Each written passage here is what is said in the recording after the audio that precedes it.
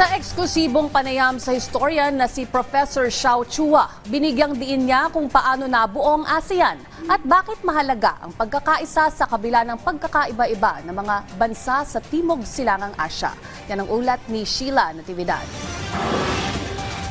Sa kabila ng maraming pagkakaiba sa wika, relihiyon at kultura ng mga bansa sa Timog Silangang Asya, may isang bagay na nagdurugtong sa mga ito, ang pagkakakilanlan na pinagbuklod sa iisang rehiyon. Para sa Filipino public historian na si Professor Xiao Chua, malaki ang epekto ng kasaysayan ng kolonyalismo sa pagtingin natin sa sarili bilang mga Pilipino at bilang bahagi ng Southeast Asia.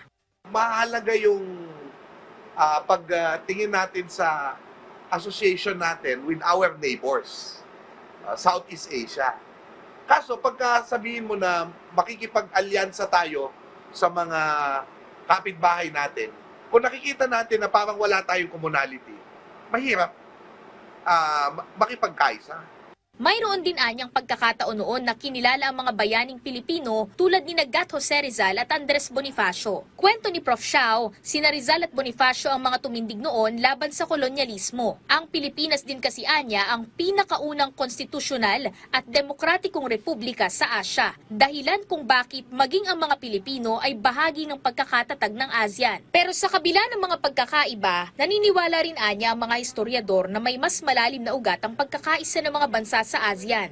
Kaming mga historians, ang sinasabi namin, nariyan yung Austronesian identity natin. So, ibig sabihin, bago pa dumating yung Europeans, thousands of years ago, yung mga wika dito sa Southeast Asia at yung mga kultura dito sa Southeast Asia, nagmula siya sa ating mga ninunong Austronesian. So, kaya ang malakas sa identity na yan, yung common maritime culture. May pinagsasaluhan tayong dagat. Ayon pa kay Prof. Xiao, ang common maritime culture din ang naging inspirasyon ng ASEAN 2026 logo na binubuo ng 4 na core elements, ang burda, tangkay ng palay, alon at balangay. Dagdag pa niya, magandang simbolismo ang bangka ngayong ASEAN 2026 dahil noon pa man ay may ugnayan ng mga bansang sakop ng ASEAN. Kumbaga, yung ginagawa natin sa ASEAN, pagpapatuloy na lang yun. Noong matagal na nating sinimulan na ugnayan, noong mga ngayon ay tinatawag nating Indones, Malay, Thai, no? At iba pang mga lahi dito sa ating geographic area.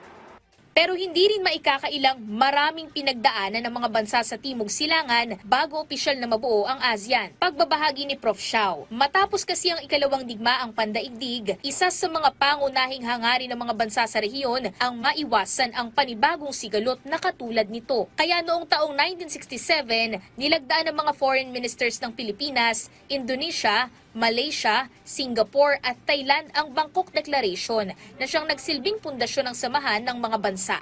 Eventually, nagkaroon sila ng kasunduan and pumunta sila sa palasyo sa Bangkok and they signed the Bangkok Declaration, which forms the Association of Southeast Asian Nations. Nang mabuo ang ASEAN, naging tulay na ito sa pagitan ng mga bansa para sa mas maraming oportunidad. Sa edukasyon, kung saan mas pinadali ang pag-aaral sa mga bansang kabilang sa Southeast Asia at maging sa ekonomiya, kung saan may kooperasyon na para sa mas pinabilis na daloy ng kalakalan. Hindi lang ito diplomasya, hindi lang ito ugnayan ng mga leader. Ang pagkakaroon ng ASEAN at pagiging miyembro ng ASEAN ay tungkol sa kaginhawaan natin. Yan ang tatandaan natin. Ngayong ASEAN 2026, bahagi ng layunin ng mga bansa ang pagbuo ng isang mas matatag at inklusibong rehiyon. Isang tahanang nakasandig sa pagkakaisa, kooperasyon at sama-samang pag-aangat ng antas ng pamumuhay ng bawat mamamayan. Sheila Natividad para sa Pambansang TV sa Bagong Pilipinas.